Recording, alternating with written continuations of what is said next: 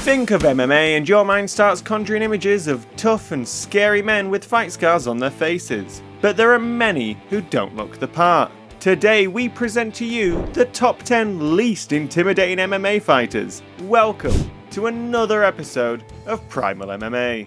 Sure, we shouldn't judge a book by its cover, but there are certain sports, like combat, where appearances matter. So we list the 10 guys who look like musicians, stand-up comics, or simply nerds, but not intimidating fighters.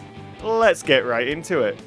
Coming at number 10, Jake Shields. Jake Shields might be the only Elite XC welterweight champion, but he isn't physically as imposing as his performance suggests. His warm and friendly attitude will make you buy him a coffee. But he was the last Rumble on the Rock welterweight champion, but when you watch him working out in a gym, he is physically anything but arresting. He had spent his early years in the mountains, in the lap of nature. The resultant empathy for all living beings turned him into a vegetarian. You might also be tempted to pick on him, but the BJJ champ is deceptively strong and extremely dangerous, especially on the mat. Coming right at number 9, Jacob Valkman. In his WSOF debut, Valkman was unanimously declared victorious against Strikeforce vet Lyle Beerbaum. But after the fight, what happened with Valkman doesn't indicate that he is one of the toughest in the game. He was dehydrated from weight cut, suffered a seizure, and even blacked out before weigh-ins. At the first sight, the medium-built 5'9" grinder hardly looks his profession. In fact, his haircut suggests he is a medical professional with a funny bone. Every time he steps in the cage, you expect something silly, even if he has beaten Danny White in a 165-pound catchweight bout. And he does crack some jokes to match the perception. Coming at number 8, Sam Alvey.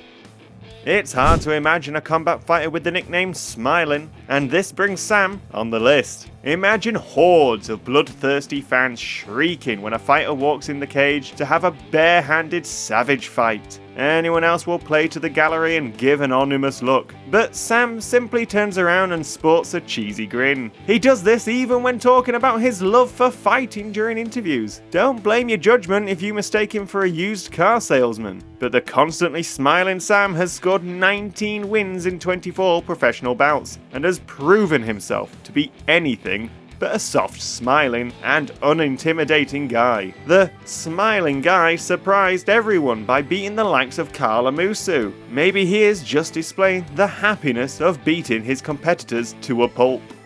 Coming at number 7, Luke Kumo.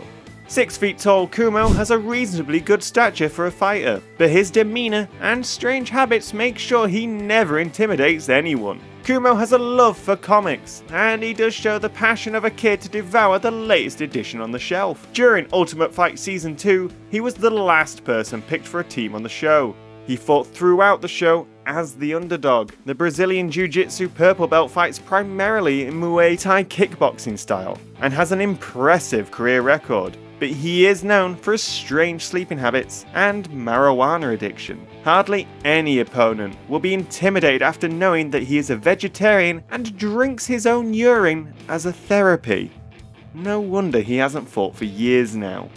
Coming at number 6, Shinya Aoki.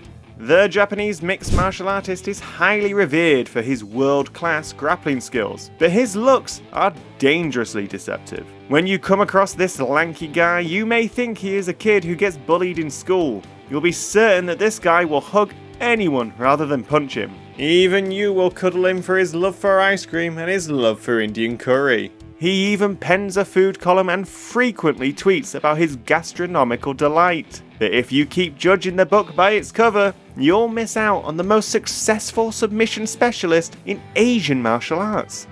Coming at number 5, Royce Gracie.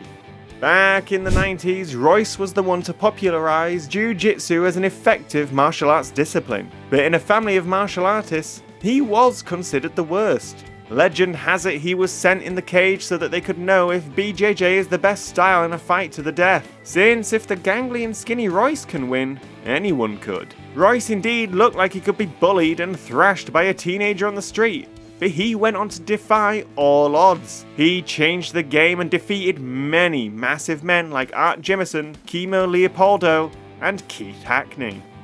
Coming right at number 4, John Dodson. When a 5'3" puny guy walks into the cage, you might think that this is a comic relief during a fight break, especially when the little man is constantly laughing and smiling. Even when you're convinced that he is out there to take on a martial artist, you wouldn't find him intimidating. But Dodson decided to let his ferocious ability speak for him, making a mark in the Bantamweight Championships. The smallest man on the show had won big fights. Coming at number 3, Evan Dunham. Everything about Evan appears unintimidating. He has an average height, an average build, and a humble personality that defies his public persona. He enters the fight arena without much fanfare. This is perhaps the reason why Swedish veteran Per Eklund grossly underestimated Evan and ridiculed him before the fight. Evan stayed modest, saving his talk for the fight, where he blasted Eklund out in less than 3 minutes. Coming right at number 2, Cody Mckenzie. If you run into the long-headed Cody in a random pub, you'll want to take the chair nearest to the podium, thinking that he will perform the next stand-up act. And if he is not at his usual funny self, you could mistake him for a member of a defunct rock band, hankering to relive past glory. The long artist hairs and mustaches make Cody look like anything but an MMA fighter. His modest build doesn't give any hint of the kind of deadly guillotine choke he can trap his opponent into. By his own admission, he struggled in his early years to get the right cardio and nutrition training. His incredible run in the ring tells a different story. And finally, at number 1, Chase Hooper. The chocolatey youthful charm of Chase makes him look like the grown-up boy from the hit TV series Wonder Years. If the age of boy bands from the 90s had lingered long enough, Chase would have been the lead singer in one of them. He is the youngest fighter in history to be signed by UFC. But in spite of the relentless marketing, it's hard to take the curly-haired kiddo as a scary fighter. Until, of course, you see him take down some tough guys in the game. So, that is it for the top 10 least intimidating MMA fighters. Which one did you find least scary of them all? Is there anyone whom you think belongs in this list but we missed out on? Do let us know in the comments below. Thanks for watching. Do not forget to subscribe and leave a comment saying, "I subscribed," and I will personally reply to your comment. We've got 3 new videos coming out every week, so see you in our next video where we will bring you the latest MMA facts.